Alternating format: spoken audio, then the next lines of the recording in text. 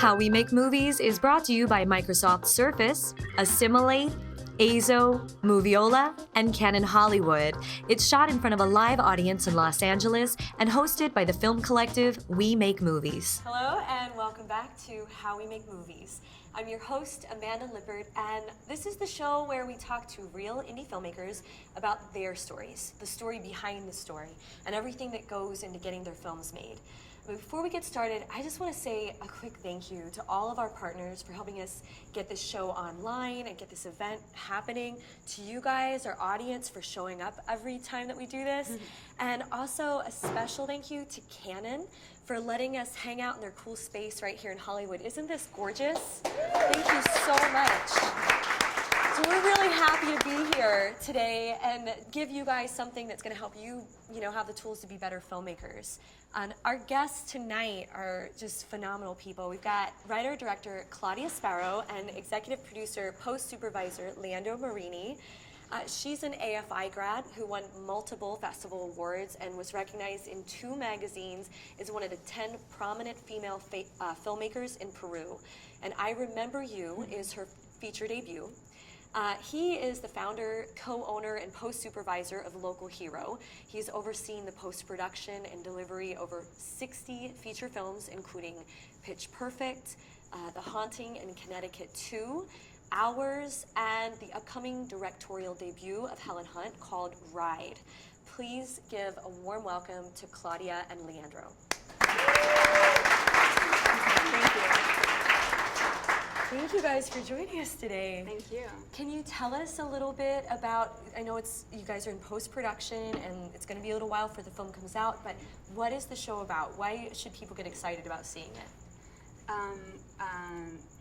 Thank you for having us. Yeah. So we are 3 weeks away from finishing I Remember You, my first feature film. And it's a love story. It's our baby. We've been working on it for almost 2 years now. So it's super exciting to be almost 3 weeks away from being fully done.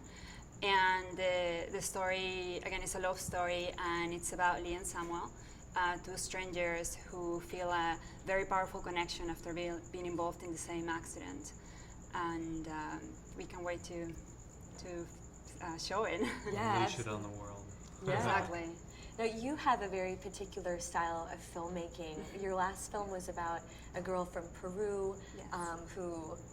Tell us a little bit about your last film. Sure. My previous film was a short film that I did through AFI. That was my thesis film, El Americano, and it's about a young girl, a teenage girl in Peru who sells fake DVDs on the street.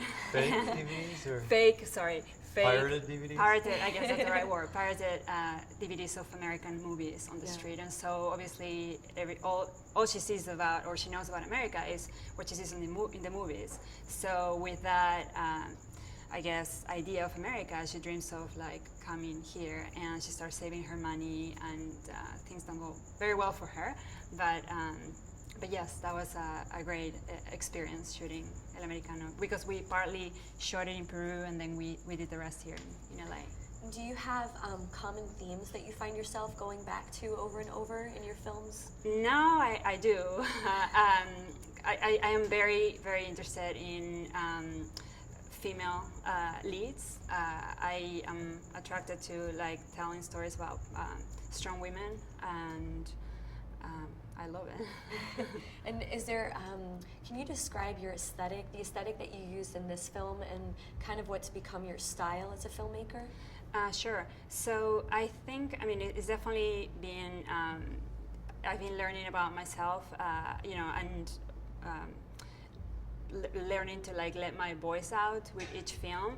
And I think this one for sure was the most challenging. I Remember You, because it's the most stylistic film I've done so far. El Americano, my previous one, was more, it had more of a gritty, like raw look. And this one, I really felt it was important to have a more stylistic approach. And so yeah, it was a very, a big jump for me as a filmmaker. You had a very particular style. Do you Right. want to explain a little bit about Why that? Right. So it is a love story, and my goal with it was to portray, not necessarily goes real, but definitely create an exaggerated reality. Basically, since they have the two main characters, they have a very strong connection that they don't fully understand. I wanted to portray that so that we basically are inside their heads, and it's kind of like how you will feel when you're in love, like you're kind of a bit out of it, and everything is just like, not fully real, and so that's what I was going for. A heightened, elevated experience. For sure, and then the ocean in the film also is a very important element in the film. So we, I guess as you can see there, so we definitely try to incorporate it visually throughout the story, in lighting and then in the composition. It's funny because I would go to the edit room and I would see like that image that they've got up there. I would go, oh look, there's the ocean again. I get it. Isn't that an amazing coincidence? And she was like, isn't that a coincidence? Right. Oh, the scene is blue. It's like it's not a coincidence. Okay, that was a design. Oh, the scene. That was a design too. How far in advance were you thinking about the visuals of the film? When you were writing the film, were you planting all those in there? A little bit. I definitely feel like, this doesn't feel like I definitely wanted to go, the exaggerated reality concept kept coming and coming.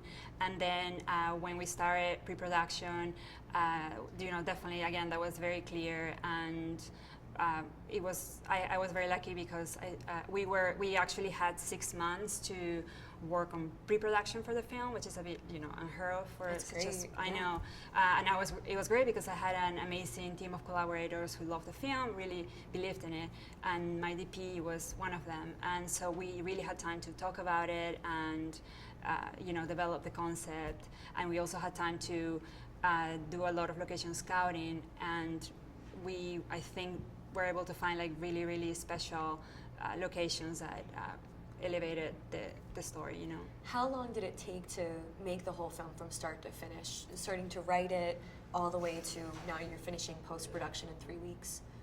2 years? Yeah. I mean, if you count it from the time I started writing it, I will say 3 years. So even though you had so much time to prepare, Right. that's still not. I've usually hear about 5 to 7 years as what it takes to get a lot of films Yes. made.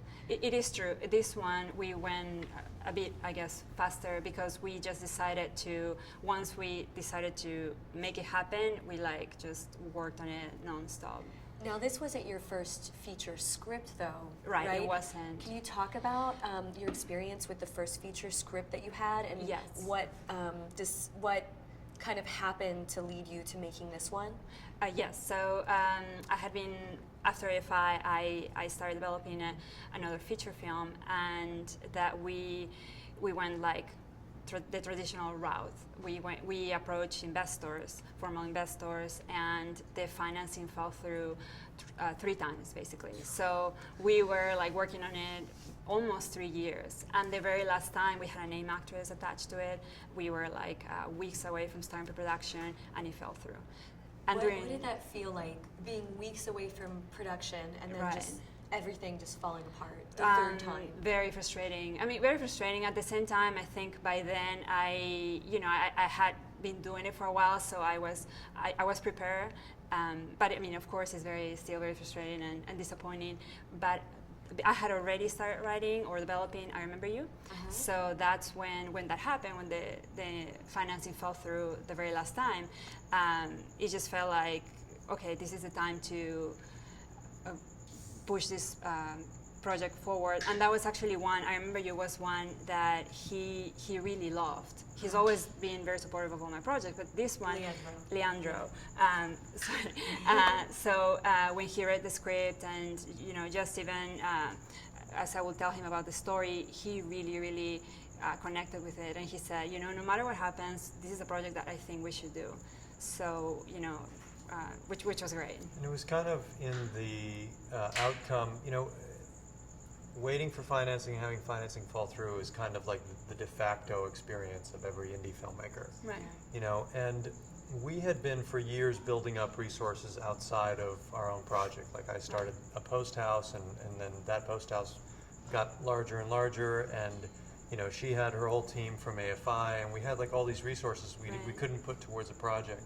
So because of what happened with the previous film, we just got to a point where we were like, let's make a film for whatever credit card we can get. Let's make a $10,000 feature film. It's such a typical filmmaker experience. Right. Let me just go to debt. Like when I'm in my 30s and at a time everybody else is buying houses, let me just put it all on the line. Right. Like, you know, see what happens. This all started that way. Like, it was literally like, how do we greenlight ourselves? Right. You know, instead of waiting for somebody else to greenlight us. Right. Especially for the first one.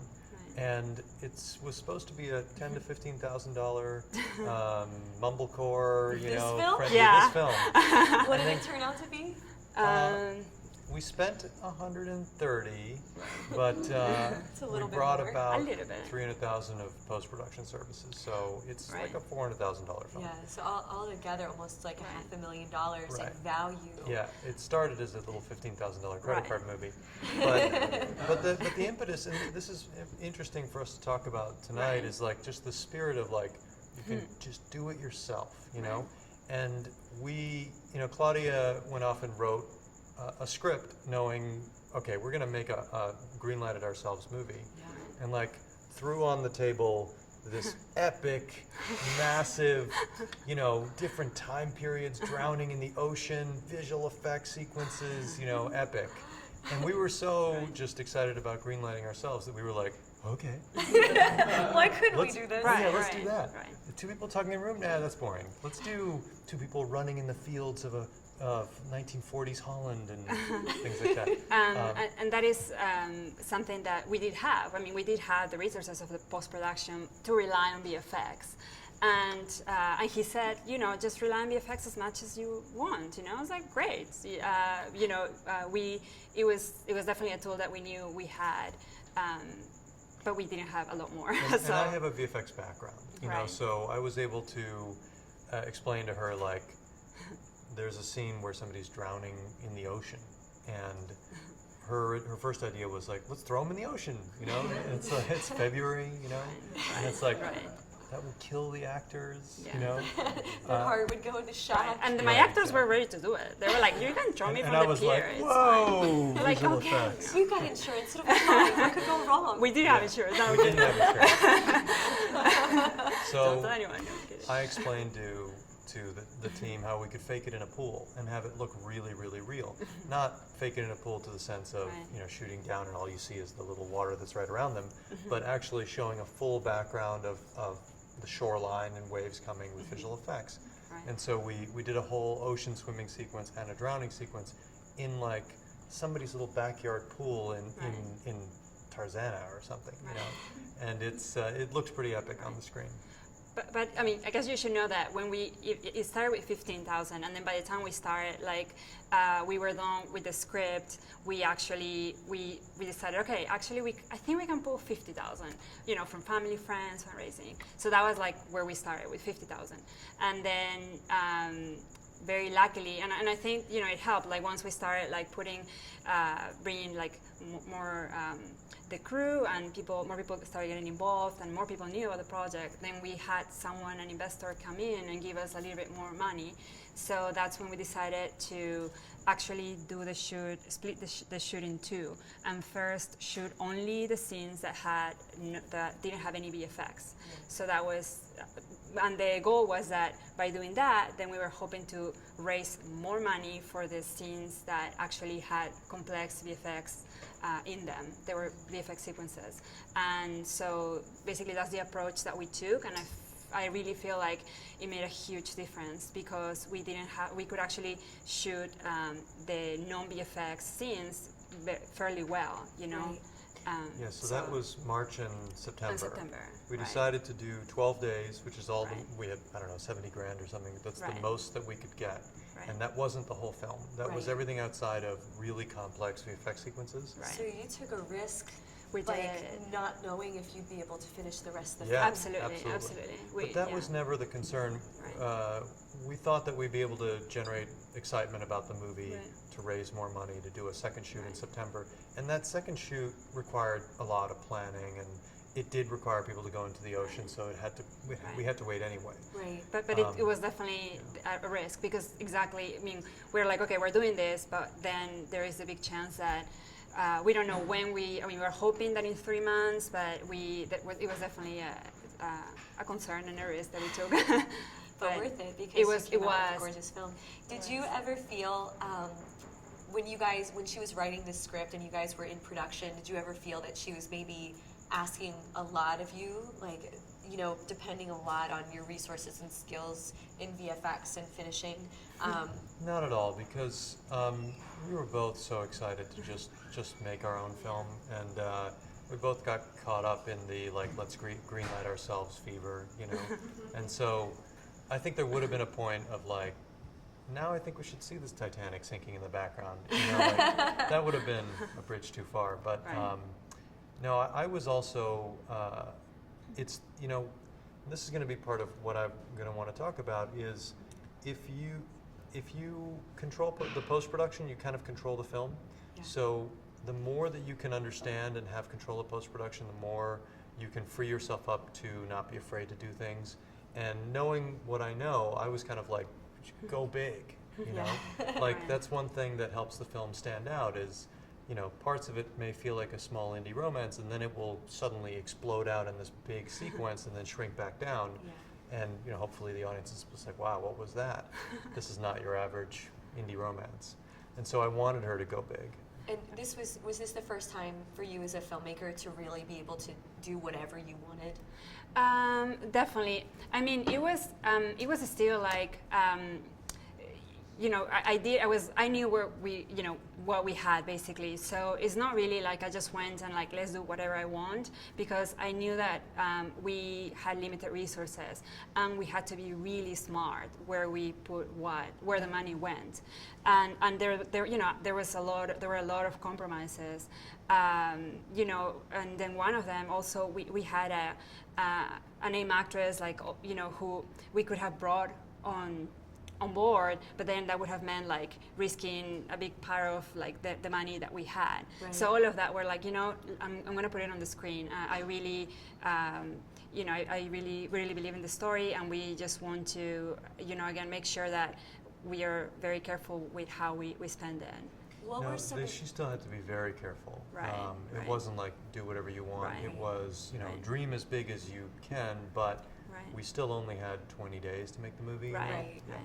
And also, I mean, which was nice is that it was, you know, we were working together in the sense where like, you know, I would ask him, you know, this is what I have in mind, and then he would like, you know, give ideas and like, you know, oh, we can do this, or no, it would be better if we did it like this way so that it's more cost effective. Mm-hmm. So all of that was taken into consideration.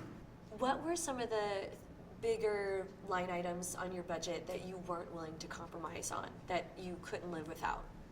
I think we had to have a lab, because she's a scientist, for example, location-wise, it was very important that, you know, I had a lab.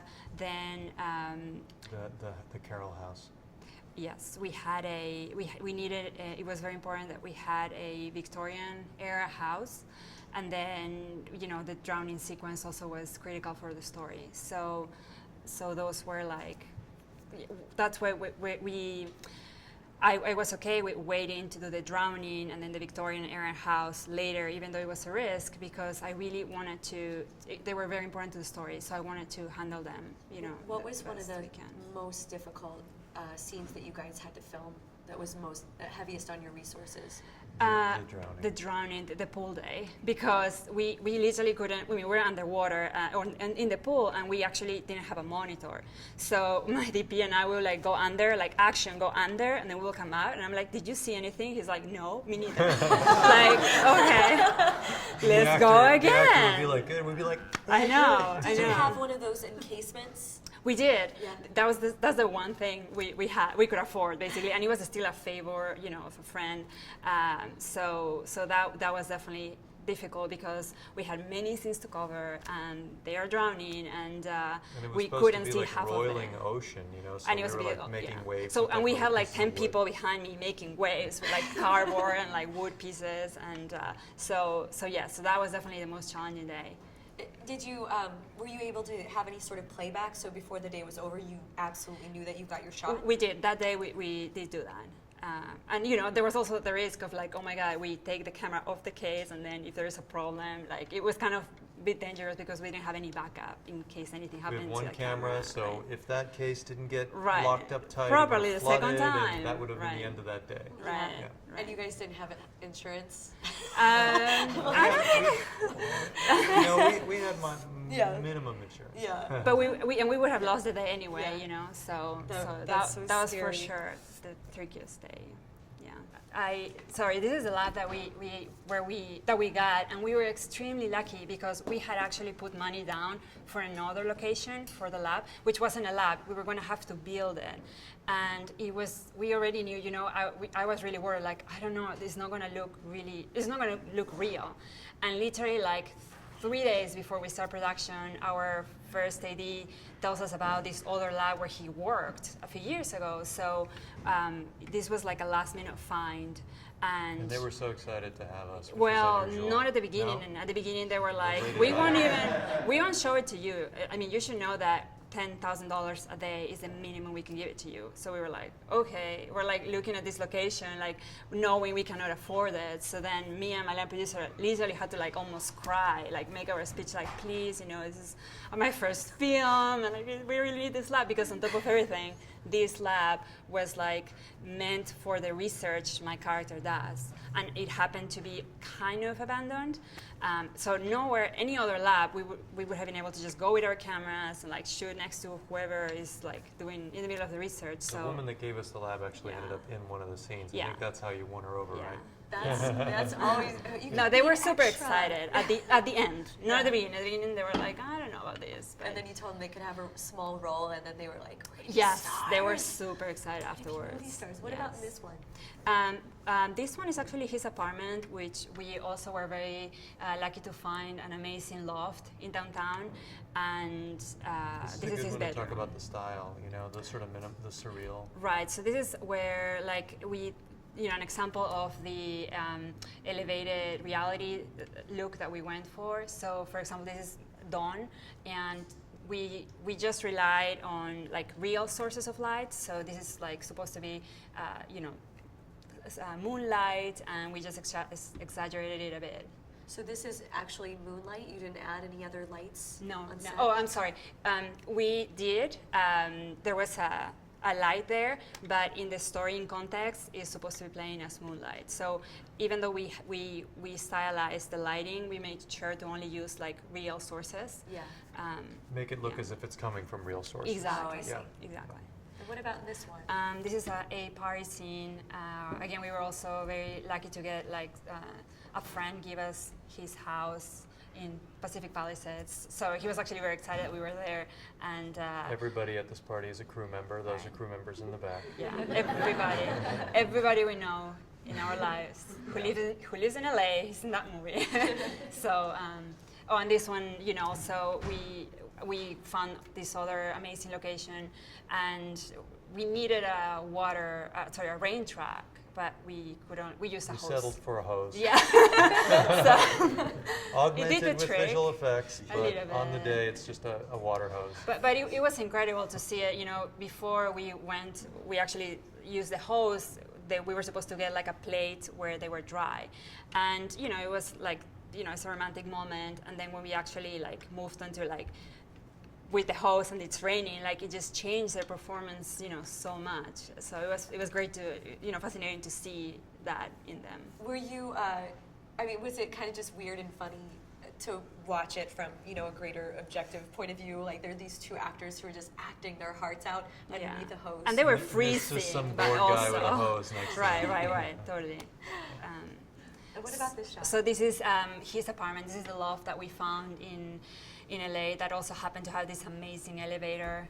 So I actually, when we went location scouting, like I actually changed the script so that the elevator has a role. It was just one of those like right. industrial. Yeah, it just has such a soul elevator. that we had to use it, and it worked really nicely. That's it.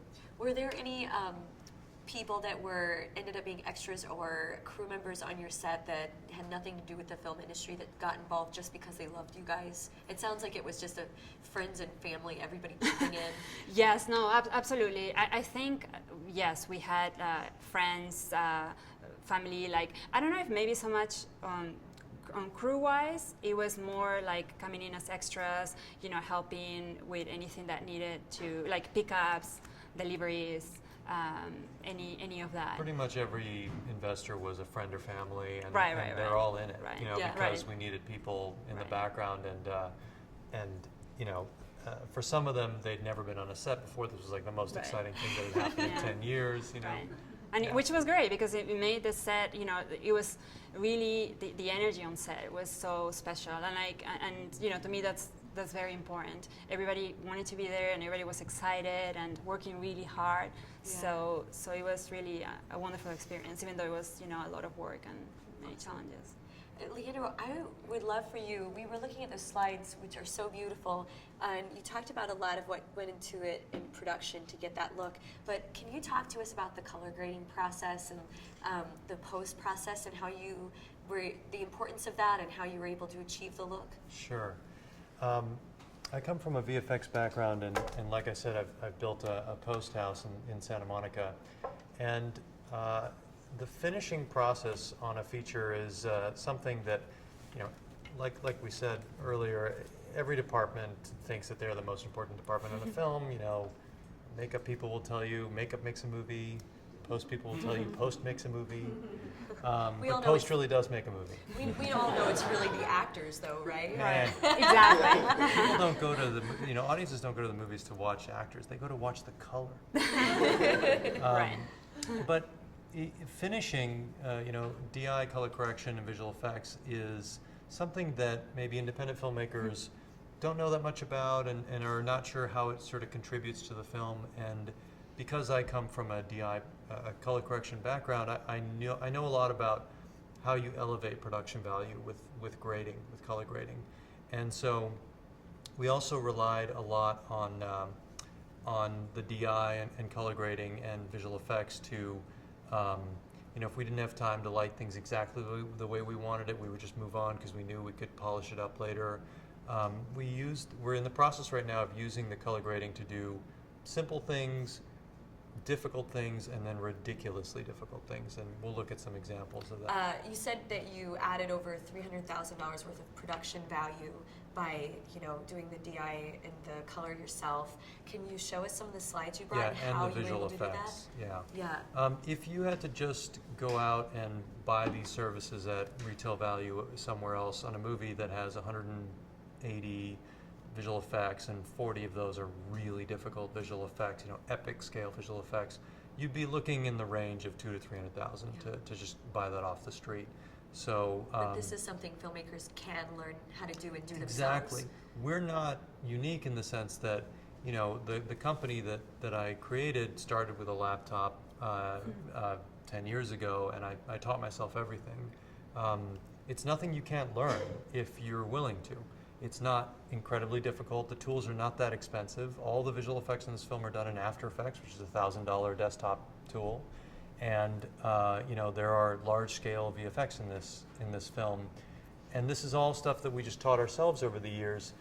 Obviously, you need to really love it and put a lot of time into it. But if you're willing to learn, the more post-production that you know yourself, the more you can bring to your film and the more control you can have over your film. This film would not have been possible if we didn't know how to do the post-production ourselves. You know, we'd have to go out and raise an amount of money that maybe we couldn't raise. Yeah. This is one of the rooms in our post house, and we are partnered with a company called Assimilate, which makes the color correction and visual effects system Scratch. And this is our DI theater that is running Scratch. So this is an example of a before and after. This is what came out of the camera. And we really needed this to be at a certain time of day with a certain mood. We It just wasn't that kind of weather when we were there on the day. So we got this, and let's go to the next slide. And this is after grading. So, and that was a quick process. That is very basic color correction. That's not, that elaborate. That's something you can do on your DaVinci Resolve on your own, or if you use Scratch, definitely. So, bringing that level of production value change is a simple kind of thing. Going beyond that, so this is supposed to be happening at midnight. And there's a whole sequence in this movie that takes place day for night. And there was no chance, we had no chance that we were going to be able to section off an entire part of the beach and then light it, light enough of the beach to where you could see all the way out into the distant ocean and the pier and everything. So we decided to shoot it in hard sun in the middle of the day. And this was a very small shoot, just our main actors and a few crew people. Let's go to the next slide. It's quite dark in this room, but the final film, you'll be able to see it better. We did a day for night look, all through color correction. So this meant that we could shoot to our heart's content in the middle of the day, in any direction, and then with some medium level color grading and DI effects, we're able to make this a convincing moonlight day for night. So that's about as far as we would go in color correction. Going beyond that really is visual effects. So let's go to the next slide. This is an example of a complex but doable visual effect. Let's go to the next one. This is the end result of shooting in a pool with a little underwater housing and two people with little wooden paddles just trying to make waves. Oh, and a hose. This is the before. And so somebody is just spraying. Let's go to the before. I'm sorry. Somebody is just spraying that with a little hose, two people making waves, and you can actually see the pool edge there. And this is just in somebody's pool in just a suburban neighborhood. We just draped a little black masking behind her and shot in the middle of the day. Let's go to the next slide. And that's the end result of that shot. Full storm background, choppy ocean background, and added a lot of rain. And this is a drowning sequence during a flood. And so for a little $100,000 film, there's no way you can dream this big if you aren't willing to learn or execute visual effects on this level. But this is not that difficult to visual effects. This is just man hours. This is just somebody sitting there manually painting her out and then putting a background in. That background is a $70 piece of stock photography. We bought that from Shutterstock. We didn't go out and shoot that background. Totally convincing, though. How long did it take you to do that shot? Yeah. Maybe a day, maybe 6 to 8 hours. That's probably the most efficient way that you could possibly do that shot. But if you think about what it took us to shoot that in a pool, plus 6 hours of somebody's time on a computer, it's a lot of production value for small resources. So the next one is the most extreme that we went on this film in terms of VFX. This is supposed to be a Dutch country farmhouse splitting in two in the middle of a flash flood storm. Looks great, right? We didn't even have the house when we shot it. We literally went on a Google image search and looked for great-looking family Dutch farmhouses and found this one. And let's go to the next one. And that's the final shot. And that is made from nothing else than that one picture and some stock photography that we bought, again, on Shutterstock.com for $70. That is the foreground water is a raging river that we literally sliced out of some stock photography of a river at high tide. And then if you want to slide backwards to the previous frame. So in Photoshop, we cut that house out. There's no 3D computer graphics in that next shot. That took me about 6 hours to do, and it is the most difficult technically shot to execute technically in the movie. Cut the house out, split it in two. Let's go to the next frame. I used a stock library of debris elements, so cheap debris. That's really just one picture that's just cut into a bunch of layers and has a little bit of shadow element on it and a big rain element on the front. And when you see this in the final film, I mean, it's pretty convincing. So this came about, this wasn't even planned. We looked at the cut and we were trying to get around having to do a shot like this. It was all like close-ups inside the house and things like that. And we looked at the cut and we realized, you know, it just really wants to, we just want for one shot to just see it, you know. Let's stop trying to hide from, you know, keep trying to cheat it. It just really wants to breathe and show what's happening. Let's jump outside the house and just see what's happening. And I had no idea how we were going to do it. I just knew that we needed it. So then I set about like, okay, how would we do that, you know? How did you figure out how to do it? How did you learn, since you're self-taught? I watched the behind the scenes of Jurassic Park. No, I'm just kidding. I'm kidding. I approach everything in visual effects from what is the path of least resistance. A misconception about visual effects, and I think one of the wrong ways to approach visual effects is to think about like, oh, let's just go right to particle simulations and let's go right to CG models and stuff like that. Another VFX artist would have maybe sat down and started modeling this house out of individual polygons and then texturing it with brick and then, you know, doing a particle simulation for the rain. From experience, I've learned, I used to work that way and I just would hit incredible amounts of time that was needed for that kind of thing. And so I would learn to discover cheats, you know? Okay, we're not moving towards the house and we're not really panning left and right too much, so technically no one's going to notice if this is a flat card, you know? Because the camera's not moving towards it. Okay, so the house can be a flat card. How do we do the water? So I started looking into stock footage libraries, seeing, well, maybe we can find something. And I found a lot of great river stock footage that looked like a flood. And I thought, okay, if I steal that and steal this, and you know, they're all cheats. So I knew that this shot was a little scary. I was wondering how it was going to turn out. You know, I knew we could employ a bunch of cheats to do it. And when it finally started coming together, you know, Claudia's idea was to add all that wood breaking apart in the middle of it.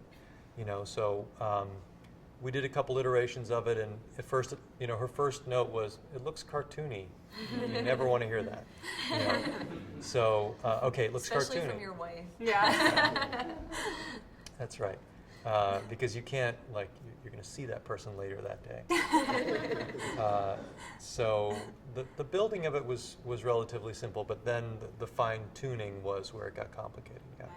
And obviously in context, because that changes everything. You know, again, it was the tricky part. It was to find a balance, like, you know, too much, too little. You know, of how much water we have. You know, how violent it should be, because we are putting these elements together. You know, we didn't shoot it. That brings up a good point. One of the most important things if you're attempting to do VFX is to do everything while looking at it in context. You can go down a rabbit hole on one shot and get it great, and then you drop it in the film and you realize, oh, in the next cut, the house is already too far broken. It needs to be twice as broken in the previous cut. So always be working in context. And you have to take also, you know, the actor's performance in consideration, like all of that. So that was like, I mean, for me, it was obviously a learning process. Well, we're going to take some audience questions now. I'm sure you guys have a ton. I'm just going to log in here right now to Meeting Pulse and find out what some of the questions are from the audience. The first one, and we had 6 people vote on this question, is what inspired the story? I've always been like fascinated by the concept of soulmates and you know, what is it that makes two people just connect, you know, when you first meet? You know, why do you have just this sometimes very powerful chemistry with some and not others? And you know, that's basically where the concept of I Remember You started. Like, I cannot say a lot more because there is a big twist in the film, but it was definitely you know, yes, me wanting to explore the concept of soulmates and you know, what is the transcendence of love? You know, can it survive time? Can it survive death? Like, that's where it came from. And what What struggles do you face between shooting in Peru compared to shooting in LA? That's a good one. Well, it was actually really nice to shoot in Peru because we don't really have, I am from Peru, and we don't really have a film industry there, so there are not many regulations, so you can get away with a lot.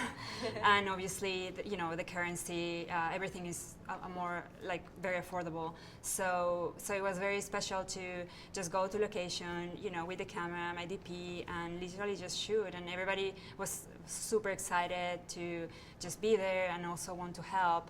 So that definitely was very nice about As doing compared it to in LA, like unless you're in a room like with two people away from view, it is difficult to make an independent film in LA. Like you're pretty much a traditional film with permits and and union, somewhat unionish kind of hours. The second that you step on the street in LA, I think so everybody even assumes this film, you have a budget. Yeah, even in this very, very small film, it got made in a very traditional way because we're out on the street in LA, so everything was permitted. The normal process. Or most of it. When did you come to the U.S. and was it with the intention of being a filmmaker? Yes, I came right after high school. I knew from an early age I wanted to be a filmmaker, and again because there is no industry at home and no really a way of learning there. I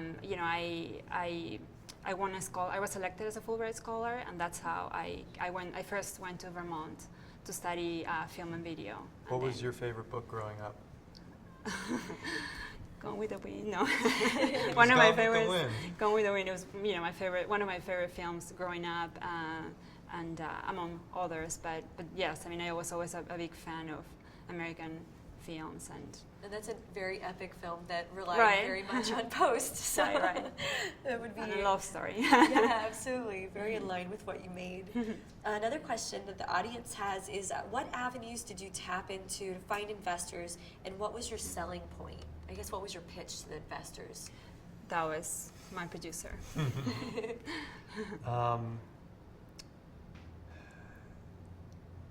It was all friends and family and friends of friends. And I decided to try to do like our own version of a Kickstarter. I didn't go after $50,000 chunks.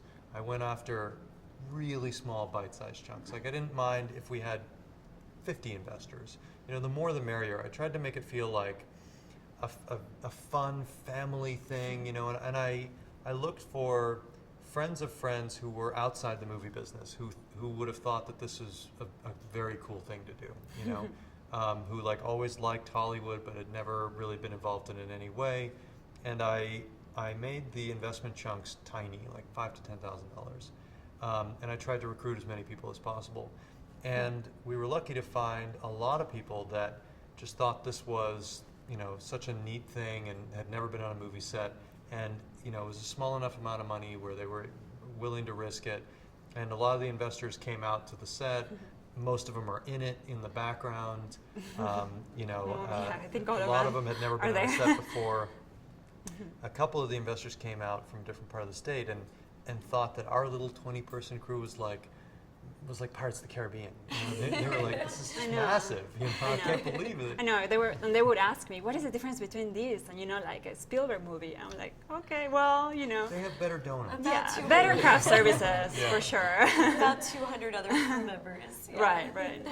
So, but it was great that they were really excited, to be part of it. And we're about to have the cast and crew premiere, and like, those investors are scheduling their whole year around that premiere. It's the most exciting thing going on in their year. That's cool. So I tried to really make it like find people that I could give something back to, and try to really. I didn't just take anybody on the movie, like really find people that this meant a lot to them, and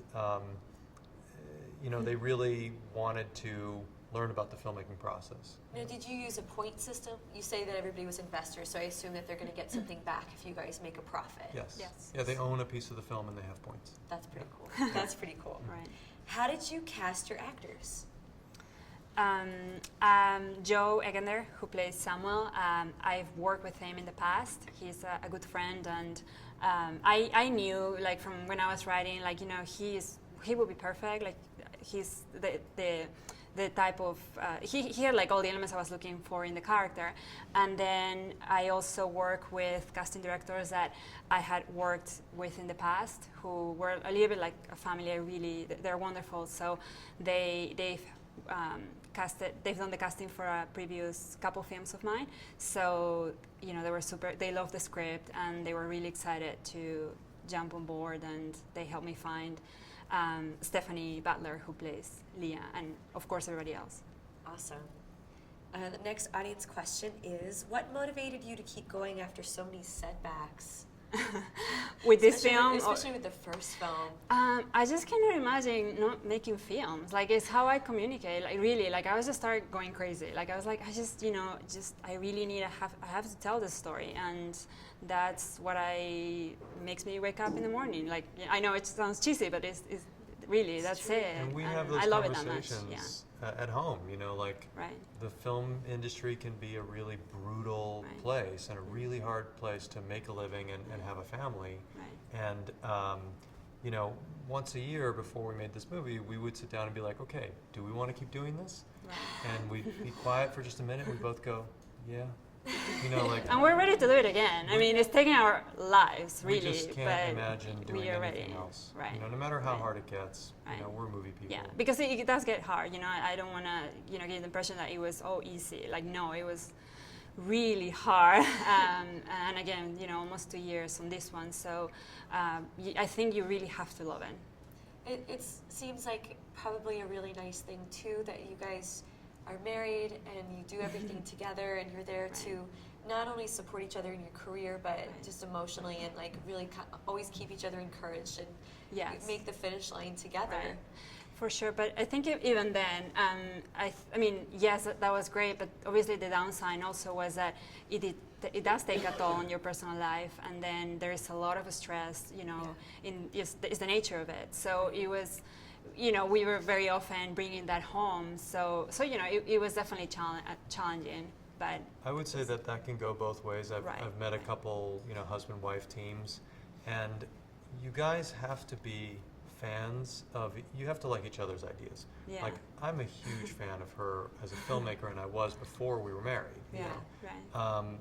If I didn't like her work as a filmmaker, I think us being married would make it harder, you know, even Yes, worse. for sure. But because we are really a fan of each other's ideas and respect each other artistically, it made us like a unified, you know, a Right. unit that Yeah. was like, had each other's back at all times, and you know, it made For it sure, even for better, sure. you know, Yeah. easier to make. You know.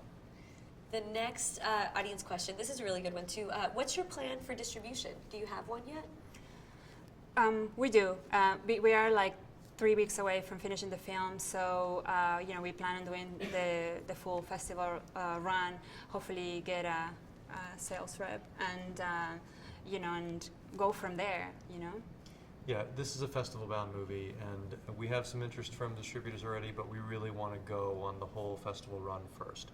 We've been kind of holding that back and focusing on the film itself and really letting it have the best festival run that it can have. Right. Because that's the best thing that a film like this can get is laurels and awards. You know, it's competing with films of much higher production Right. value or have bigger stars in them. Yeah. So a small indie like this really needs to have a lot of festival attention, to, you know, have something that makes it unique, since it doesn't have, you know, very big stars in it. Right. The next one is, what did you learn from this whole process? Nothing. Sure. You've done many shorts already. Right. You've got a bunch of those under your roster. This being your first feature, what was the biggest thing that popped out that was completely different than all the other lessons? I mean, definitely, like, it's, you know, obviously a whole new level. I think, you know, story-wise, I think even just from that aspect, it's, you know, it just makes everything more complex to for it to find like its tone, its pace, because one thing obviously is it works on the script, but then when you actually have all this footage you've shot and some things won't work the way you intended or the way they were working on the page, and or something else comes up. So to basically put it together from there was a challenge. Yeah, I would say the same thing for me. I never expected that objectivity would be the challenge. Right. I've worked on a lot of other people's movies, and I'm always objective, and they're sitting there loving it, and I'm like, okay. And they're like, oh, my baby's beautiful. And Exactly, most of the time it is. Most of the time Exactly, the babies are because beautiful. you have to be able to try to find that distance. Like, okay, I love this, but is it really working? Is it really telling the story the way it needs to be told? So that was definitely being in the edit room and watching the cut and going, well, I like it, but I can't tell Right. anymore. That was the Right. biggest challenge. That we We had. had a decent amount of start stops in the edit, and that actually helped. Like For every sure. time we took a week off and came Yes. back to it, we went, oh, it's Yeah. way too long, Yeah. or something like that. Yeah, and that was an unexpected benefit from us due to having to wait for funds to come in. We had to take breaks, and that actually really helped us because of that, because we were able to take these many breaks and come back with more perspective. So that was very helpful. The next audience question is, what percentage of budget went to cast and crew? 50%? I mean, Yeah. Wow. yeah, we were under the SAG ultra low budget agreement, so basically we did everything that came with Everybody it. got paid, so Right. I can't think off the top of my head, but Right. About half. Right. Wow. And I know that you guys said that you spent a lot on locations, and I know you probably had to pay your crew and Yeah. food and all the other expenses that come into putting together a production, so that's still kind of high. Right. I mean, they seem like small numbers, but really, of course, when you add them up, yes, it's basically it goes there in like basic expenses. And even locations, we were lucky that many we got for free, and then others were like very cheap. So even with all of that, it eats away there. We had we had one other producer on the during the shoot that Right. was like an absolute drill sergeant, line Right. producer type. Yes. Everything was a no. So Thank God for those people. Right. yeah, but Right. and even on a small film like this, Right. if we didn't have that person and really Yes. take that part of it seriously, we would never have made our schedule. In Right. fact, I think on average you ended the days early. Yes, we just in time. I couldn't believe it. I was getting We were- calls from the set like, we're done, it's 5:30. I'm like, stay there and shoot more. Yeah, it went the actual shoot because again we had 6 months to put it together. That worked out great. When we got on set, it was very smooth, which So was great. planning was really Yes, important. for us it was. Yeah. The next question is, this one has 7 votes. You guys really want to know it. What kind of camera did you use? Red camera, the Red Epic. Yeah, it's a good one. And we're doing the finish in 4K. Yeah, and that's another interesting thing to think about for filmmakers. There's not that much 4K content out there yet. There's a lot of Sony is trying to sell a lot of TVs in 4K, and people are going to turn on their 4K TVs and have not much to watch. Kind of like the early days in HD. So it's not that big a difference to finish the film in 2K or 4K. We shot in 4K, so we thought we might as well finish in 4K, and that'll be one more thing that this film has next to, when it's sort of in the crowded market of other independent films, here's one that is finished in true 4K. All the visual effects are 4K. Something to think about making your film stand out by having it be one of the few films that actually are finished in 4K. And it'll give the film longevity too. The long run as everybody's, media is kind of switching over to that format. Yes, when they do Right, the right. 10-year anniversary edition, special collector's edition of this movie, it'll already be in Exactly. 4K. You always have to be thinking ahead as an independent filmmaker, you know? No, it's true. Now, there's a question I always ask to every filmmaker when they come in, and that is, if you were looking back 3 years ago before you got started on this whole process, what is the one thing that you learned from this that you would have wanted to know from the beginning, or the one thing that you learned that you didn't know? I mean, to me, it really is like trusting your instinct. I think as an independent filmmaker, because you are being told so many things all the time, like, and I think everybody just has a different journey. So what works for me, what worked for me, is not going to work for someone else. And again, I think when you are like, in my case, I finished school and I had only done shorts, and I'm trying to make my first film, and like you have all this, massive information, and I just, whenever I just trusted my instincts when things have like gone right for me. So that would be my advice. Just trust it. Yeah. And what about you, Leandro? How to make smart choices on an indie. There's sort of like the expensive and the creative way to approach every problem. And sometimes in this film we made the creative smart choice, and sometimes we made the wrong choice and it was a little too expensive. And sort of now I feel like we're going to make another film soon, and we feel like, oh my God, we're going to get this one done for $50,000. We feel like we'll make a lot of smart. We'll know where to spend the money, and always sort of trying to remember to spend the money on things that end up on the screen. You can make bad choices that you need to spend a lot of money on, schedule-wise or location-wise or something, of things that at the end of the day are not on the screen. So we learned a lot about how to the kind of smart choices you can make that put a lot of value on the screen and sort of nothing else. It's a very sort of minimal, streamlined way of working that's all about just get it on the screen and move on. Yeah. Absolutely. Well, thank you guys so much for you. joining us today. This was so informative. Thank you. How can the audience here and online find out more about your film and when they can see it? There's a little bit of social media going on, but at the moment we're very quiet. We are going to release a trailer very soon, and when that trailer comes out, there'll be quite a bit of marketing going on about the film. For now, you can just look for I Remember You. We do have a Facebook page and a Twitter account, so you guys are more than welcome to come check us out, like us if you like the film, and we'll be posting all updates there. Awesome. Thank you so much for that.